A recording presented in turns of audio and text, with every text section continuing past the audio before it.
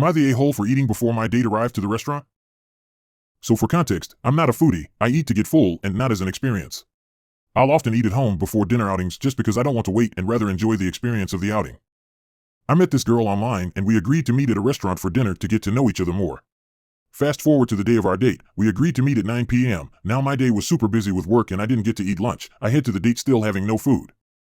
I like getting to a date early so I can check out the environment, pick the best seats and just prepare in general, so I arrived about 45 minutes early this time. Still starving, I decided I should eat to get that out of the way, or I'll be hungry and cranky having to wait another hour before I can eat. I finished my meal and ordered a cocktail. She gets to the restaurant and we instantly click. She's smiling and we're having great conversation. She's touching my hand. It's going extremely well. Eventually she asks if I would like to order some food, to which I respond, "No thank you, I'm not hungry," and she insists saying she doesn't want to eat alone, but I tell her don't worry and eat, I am enjoying my cocktail. So we call the waiter over and she starts asking him for recommendations, to which he responds with no ill intentions, that it seemed I really enjoyed the tacos so maybe she should try them. At this point she's confused and asks what that means, so I told her I ate some tacos before she arrived. She immediately becomes furious, saying I'm rude and who eats before a date has even arrived. I explained to her that my goal was to get to know her and the eating portion wasn't important. Regardless, the whole mood changed. She ordered some food, ate and made an excuse to have to go home. I haven't heard from her since then and that was last night. Am I the a-hole for not telling my dad's guests that I marinated the chicken with milk? It was my 18 dad's 43 birthday. He wanted me to cook for him and some friends, and I said yes. I've met some of them before. One of his friends is also my girlfriend's 18 dad. I did what my mom taught me, use milk to make the chicken tender. A couple of them were surprised that I managed to cook roasted chicken well. I told them, thanks, I just marinated with milk to make it tender. One of them panicked. Turns out he has a milk allergy and gets digestive issues. My dad started berating me, saying I should have told them ahead of time that I was using milk to check if anyone is allergic. That it was careless of me not to check first when milk is a common allergy. So, am I the a-hole? Am I the a-hole for being a choosing beggar? I, 27F, am currently in a bit of a financial bind. I have some collectibles that I'm selling for a decent price, a little cheaper than market price, for money. Some of these are limited edition video games, out-of-print edition books, and some rare manga. Most of them would sell for $150 to $300 because they're collector's items.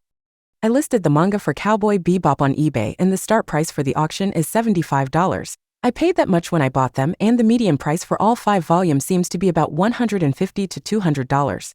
My friend messaged me and said she wants the manga for her boyfriend's birthday. I asked her how much she is offering and she said $30.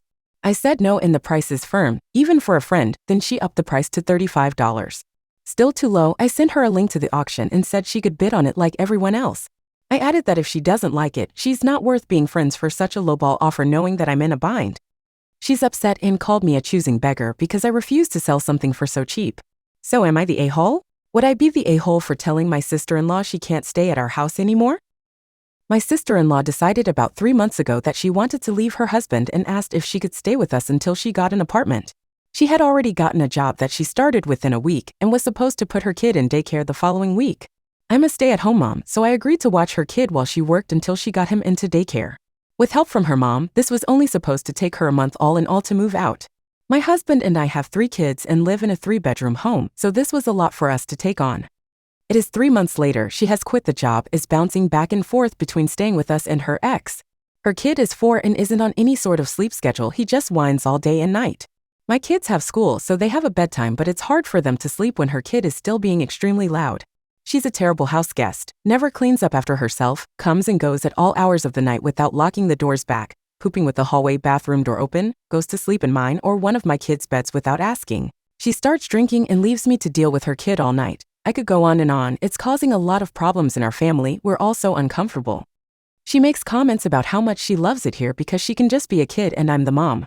I truly believe she only stays here because she's tired of the responsibility that comes with having a kid, home, etc. Would I be the a-hole for asking her not to stay here anymore? And if not, how do I, a people pleaser, ask her not to? Am I the a-hole for preemptively striking against splitting the bill at a group dinner? Title says it all, but here's the story. I was invited to a group dinner and decided to go. I usually decline because 2 couples in this group are freeloaders and the split the check type.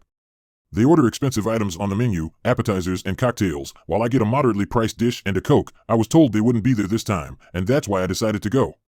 Well, they were there. I didn't bother asking what the story was, because it didn't matter. I knew what was going to happen come check time. So, I excused myself, went to flag down my server and asked if he would please separate my bill from the others. He agreed. When time came to pay the bill, I handed the server my credit card and paid my bill and tipped 15%. The freeloaders went, "Oh, I thought we were splitting like we always do." To which I said, "Oh, well, you're bad." This prompted 2 other people in the group to ask for separate checks too, which the server happily did. After I paid, I told everyone good night and went on my way. The next day I got a text from another person in the group, 9 total, the 2 freeloading couples and 5 solos, that I was an a-hole for doing that. They do normally split the bill, as it gives everyone a chance to have a nice meal they couldn't otherwise afford, and it also makes splitting the 20% group gratuity easier.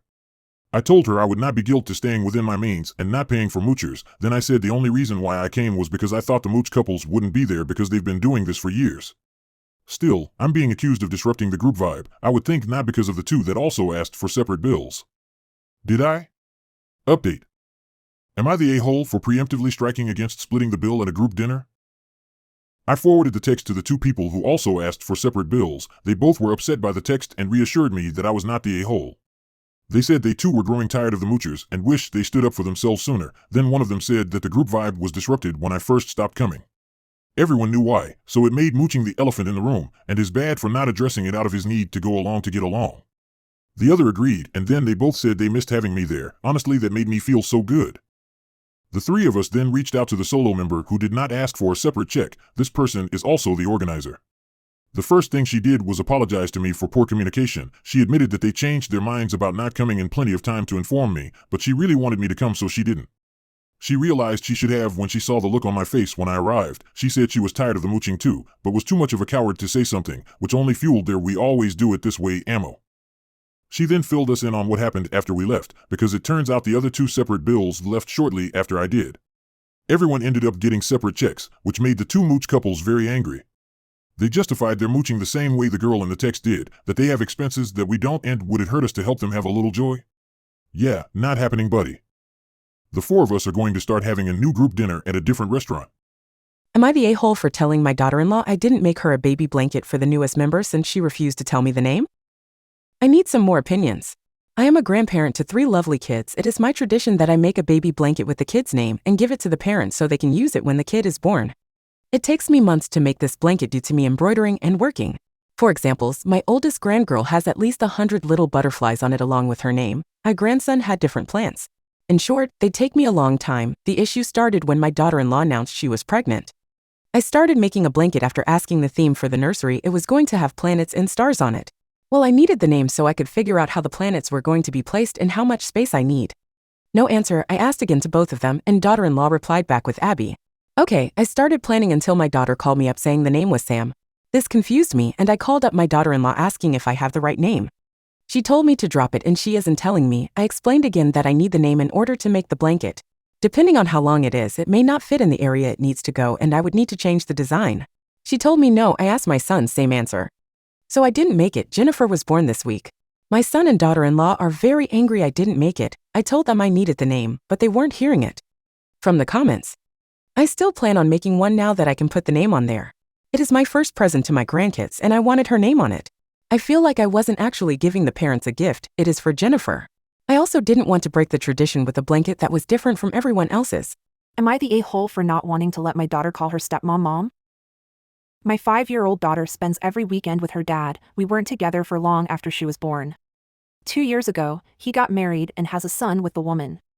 It came to my attention that for the last while my daughter has been calling her stepmom mom or mommy. I think it's because their son has started to speak and it's probably something she hears. I asked my ex to put an end to this because it's really hurtful to me, and she already has 2 parents. My ex thinks it's unfair to my daughter and that I'm not putting her first. The stepmom loves it and doesn't want to correct her. So, am I the a-hole? Am I the a-hole for calling my sister privileged when she had her baby? My sister, 29F, had her first child last year. She works at a big tech company, so she got 6 months fully paid, and she had a doula nearly full-time for the first month. Her husband is a doctor, so she gets the privilege of having a lot of money. They had a cleaner come by weekly, and her husband took a month off to be with her after the doula left. She complained to me last week about how hard it was for her to go back to work and how she still feels tired and she doesn't feel motivated. She has complained a lot since giving birth about how she feels, and I know I should have kept quiet and let her complain, but I got annoyed. I pointed out how privileged she was for being able to get help after birth, and how she got way more time off than most people. I only get the 12 weeks FMLA, and I couldn't even take the whole thing because my boyfriend had his hours cut and we needed the money. I felt like she had, basically, what most people would consider heaven in terms of care, and she was complaining, which was a slap in the face to my situation. She got mad and yelled at me for making the comparison, saying it had nothing to do with me and she felt like crap regardless of what help she got. So, am I the a-hole? Am I the a-hole for telling the grandkids to eat some fruit if they were hungry? I don't know if I did anything wrong. I have been babysitting the kids after school at least once a week. I usually make some dinner and we eat around 6. Today I was babysitting and the kids came home. Tim, 12, was especially hungry and asked me to start dinner at 4. I told him to go eat some fruit as a snack and wait for dinner. He told me he didn't want fruit and asked me to make the food now. I told him no, that he can eat a snack. He was pissy the rest of the night. My daughter came home a little after 7 and Tim went up to her claiming I starved him and wouldn't make dinner early. I explained I offered him some fruit to tide him over and he didn't want it. This is where an argument started, my daughter saying if one kid wants dinner now then I make dinner. I told her I offered a snack and he can wait 2 hours, he is fine. I am not babysitting for her anymore. She is very angry about that and thinks I am a jerk. So am I the a-hole? Am I the a-hole for condescending to my kid's teacher? My 26 daughter, 6, came home a couple weeks ago and told me her teacher said she got too many fruits in her lunch and told her to tell me that she needs a bigger sandwich. Considering my daughter never finishes her lunch as it is, and that she likes her lunches, I just ignored her teacher. This morning, as I'm putting her lunch bag in her backpack, she tells me that her teacher has made comments to her about how her lunch isn't healthy. At this point I was frustrated. Every day I make her a homemade Uncrustable, 2 to 3 fruit or vegetable sides, carrots, apples, bananas, oranges, cherry tomatoes, etc., a small side of chips, usually goldfish but occasionally she asks for spicy chips, an Honesty juice box, and a small treat, 2 to 3 Oreos, trail mix with M&Ms, a fun-sized candy, etc. So, I wrote her teacher a note which read, "Dear teacher's name, it has been brought to my attention on that you have been making comments to my daughter about her lunch. I wasn't aware you were a dietitian because my sister actually is a doctor and seems to think her diet is better than a lot of kids her age, and to be frank, even if I were packing her junk, that would be none of your concern. If you have any more opinions about my daughter's eating habits, speak to me directly or keep them to yourself. Thank you, signed." I'm aware this was a bit harsh, but am I out of line after she's made multiple comments that have made my kindergartner ashamed of her lunch?